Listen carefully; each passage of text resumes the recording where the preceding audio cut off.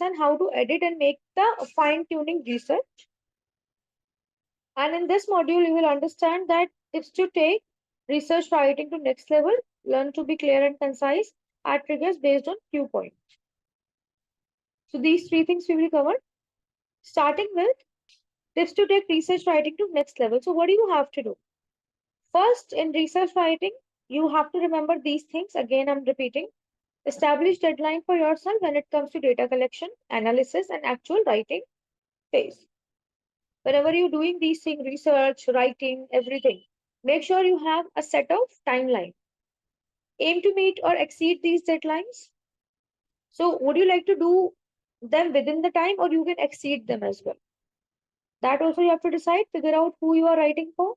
Again, your audience is very important, and decide what shape your research writing will take. So whatever the result will occur, how will it be? Again, I would like to know you that research topic you talked me about.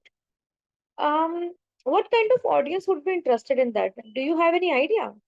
So again, you have to know who will be the interested participant in that. Okay. Write in a straightforward manner, avoid cliches.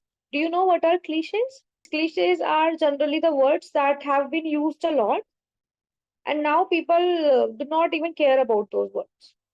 Okay. So again, you have to also find out your methodology. Methodology means how did you come up with this topic? How did you find the research? That is your methods. What methods did you apply? So that will come. Okay. Keep your discussion of various possible methods to a minimum and avoid excessive details. If you are going into detailing is important, but correct detailing, not superfluous detailing. Re-examine any uses of jargons as they could be covering up unclear thought.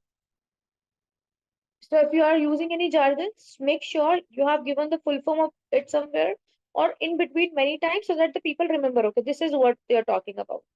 Be prepared to relegate some of your findings to the appendices. For example, you have found 7 references, okay?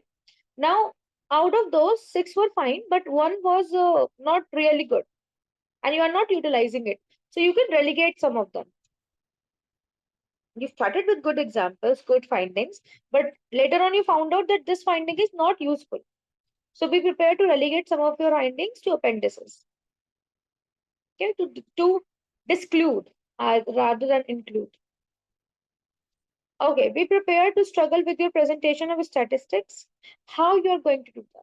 How you are going to get the information of that? How will they make sense? So when people see your tables and charts and flow charts, they should understand what you are talking about. They should not get confused. That is a kind of presentation they need. So remember the tables should speak for themselves. Readers should not have digged through the main text to make sense of them. Share your writing with readers of various levels. And always proofread a hard copy of your writing. Okay, so whatever you have written, print it out and see it once. Because when you are reading that hard copy, you can actually make changes in that. And then you can correct it on the what or wherever you are writing. Okay. And readers of various level means share it with some professors, then their students, and also the niche experts. So you will understand. Are they able to understand or not? Okay. Start broad, then dive into the specifics. This one you know already. Right? Give forest, then trees. Same way. Start broad, then dive into the specifics. Researching is a big task, so it can be overwhelming to know where to start. There's nothing wrong with a basic internet search to get you started. Online resources like Google and Wikipedia, while not always accurate, are a great way to orient yourself in a topic since they usually give a basic overview with a brief history and any key points. So bibliography is always everywhere, almost everywhere. Another thing, learn how to recognize a quality source. Whatever you are finding out, is it a good thing or not? Learn that. So that can happen with asking these questions. Does this source agree with other sources I have found? Whatever others were saying, is it saying the same thing? Is the author an expert in the field?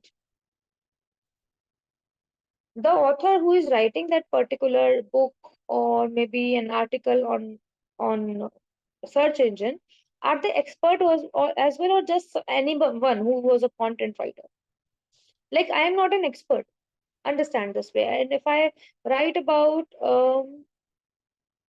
this economy, not an expert, not from that background, but I can write some articles on that. But will it be right? Will my information be correct? Not properly, maybe somewhere, but not exactly, right? So, does the author's point of view have a conflict of interest regarding this topic? So, what you are looking for and what they are giving the information, is it even matching? You are looking for positive side and you're getting negative sides. So, you have to see the point of view also of that particular writing. Be open to surprising answer. Good research is all about finding answers to your research questions, not necessarily as a way to verify what you already think or you know. Okay, so it's about finding certain answers. What do you know can be correct, can be wrong. You cannot generalize anything. So only looking for confirmation is a very limiting research strategy, since it involves picking and choosing what information to collect and prevents you from developing the most accurate understanding of the topic. So again, you have to confirm the data that you are finding out. Okay, you cannot just limit yourself that this is written, it is right. No, you have to compare, you have to research more, you have to go with other abstract, other knowledge, data, everything. Stay organized. Again, whenever you are making your notes, whenever you are preparing your bibliography or anything, you have to make sure that you bookmark your internet browser. Okay, you can save some videos and PDFs. You can also use index cards. Like, there are certain A6 cards where you can write your bibliography sometimes, or whatever point came to your mind, you can write it down and just keep it with you. So that is an index card, and an annotated bibliography that keep you updated as you move ahead. So again, you write it somewhere. It's not like you are just reading it and leaving it. You have to take care of everything that you are going to put in your research. Research is quite important for you because it also verifies your career objectives somewhere. Take advantages of library resources. If you still have questions about researching, don't worry. There are plenty of places out there to help you out, even if you're not a student doing academic or course related research. Be sure to check out library websites for research guides or access to specific databases.